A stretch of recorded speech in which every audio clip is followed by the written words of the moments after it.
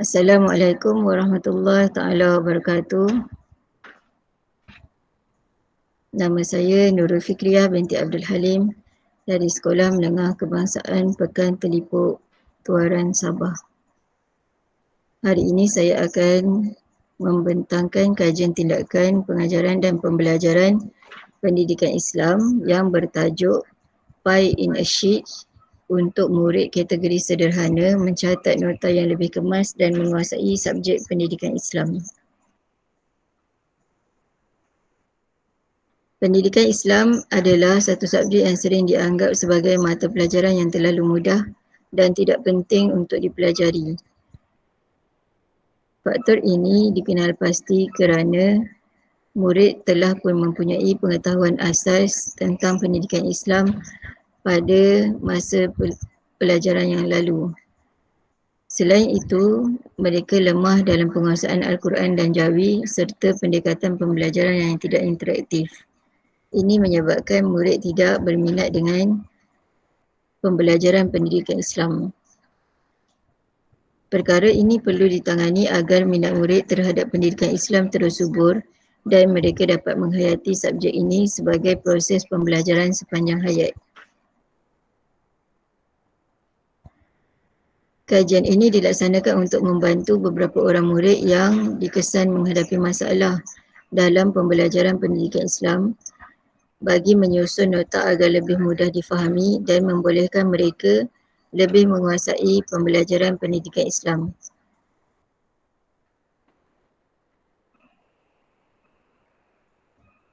Masalah ini dapat dikenal pasti bagi murid-murid dalam kategori sederhana dan lemah semasa pembelajaran semasa bersemuka dan juga semasa pembelajaran secara online.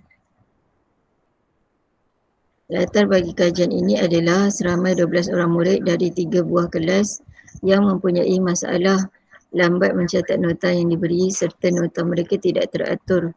Ini mengakibatkan mereka tidak berminat untuk membacanya kembali dan juga tidak berminat untuk menyertai aktiviti-aktiviti yang dijalankan semasa proses pembelajaran. Kesukaran mereka dalam mencerap dan mengklasifikasikan nota melalui topik dan subtopik menyebabkan keseronokan belajar mereka terbantut. Kelemahan ini bukanlah kepada murid semata-mata, namun sebagai guru profesional, saya perlu untuk memperbaiki amalan pedagogi bagi menambat hati murid untuk terus belajar. Objektif kajian. Objektif kajian ini terbahagi kepada objektif am dan juga objektif khusus. Dalam objektif am, ia untuk memudahkan proses pembelajaran dan pengajaran bagi murid kategori sederhana dan lemah. Selain itu, juga untuk meningkatkan minat murid terhadap subjek pendidikan Islam. Bagaimanapun, objektif khusus ialah murid dapat merujuk nota kandungan sesebuah topik hanya dalam satu muka surat, juga mengikut turutan dan lebih kemas. Selain itu, murid dapat akses kepada nota ini bagi pembelajaran secara online dengan lebih mudah kerana nota ini dibekalkan dalam bentuk dokumen yang bergambar yang mana mudah untuk didownload semudah melalui aplikasi WhatsApp dan ia ringan untuk semua peranti.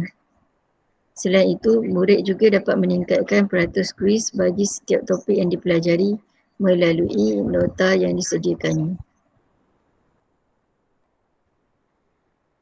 Dalam pelaksanaan kajian, saya melalui proses tinjauan masalah, analisis tinjauan, perancangan kajian, pelaksanaan kajian dan juga refleksi kajian. Kaedah dalam kajian ini digunakan melalui proses pemerhatian dan juga penilaian terhadap kehadiran kelas, semakan buku dan juga penyertaan aktiviti kelas serta peratus kuis, pra dan pos sebelum dan selepas. Dalam tinjauan masalah, persoalan yang dicari ialah mengapa murid tidak aktif untuk menyertai aktiviti dalam pembelajaran yang dijalankan. dan juga mengapa murid kerap tidak hadir dan mengapa murid boleh mendapat skor kuis yang rendah bagi setiap subjek, setiap topik yang dipelajari. Oleh itu, selepas mengenal pasti beberapa orang murid, maka ujian pra dan sematkan buku nota pun dijalankan. Setelah ujian itu dijalankan, maka didapati dalam analisis tinjauan, murid tidak dapat melengkapkan nota kerana mungkin penyampaian guru yang tidak menarik ataupun guru terlalu laju. Selain itu, nota mereka tidak tersusun dan tidak menarik. Murid juga tidak aktif untuk menyertai aktiviti kelas dan murid kerap tidak hadir dalam kelas. Seterusnya, perancangan kajian untuk menyediakan bahan bantu mengajar bagi murid-murid ini serta sediakan soalan-soalan kuis mengikut topik yang dipelajari. Dan pelaksanaan kajian dijalankan selama 3 minggu bermula 17 Mei hingga 19 Jun. Data daripada kajian ini, sebelum kajian mendapati murid kerap tidak hadir. Setelah membuat ujian pra dalam kehadiran kuis, kehadiran kelas pertama, kedua dan ketiga, pada kehadiran yang ketiga, menampakkan hasil murid lebih berminat untuk mempelajari pendidikan Islam melalui kaedah ini apabila kehadiran pada kali ketiga untuk ujian pra ini memenuhi bagi semua 12 orang murid. Kuis yang ketiga juga menunjukkan peningkatan dengan 2 orang daripada mereka mencapai markah 23% bagi topik yang dipelajari. Ini adalah graf data sebelum kajian dilaksanakan.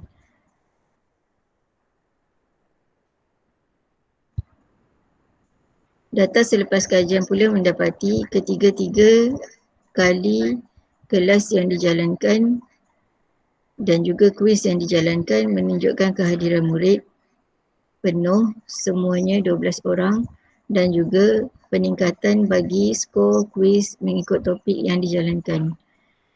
Dan kehadiran kuis pada kali yang ketiga menunjukkan 5 daripada 12 orang murid ini boleh mencapai markah lulus. Ini adalah graf bagi data selepas kajian dilaksanakan.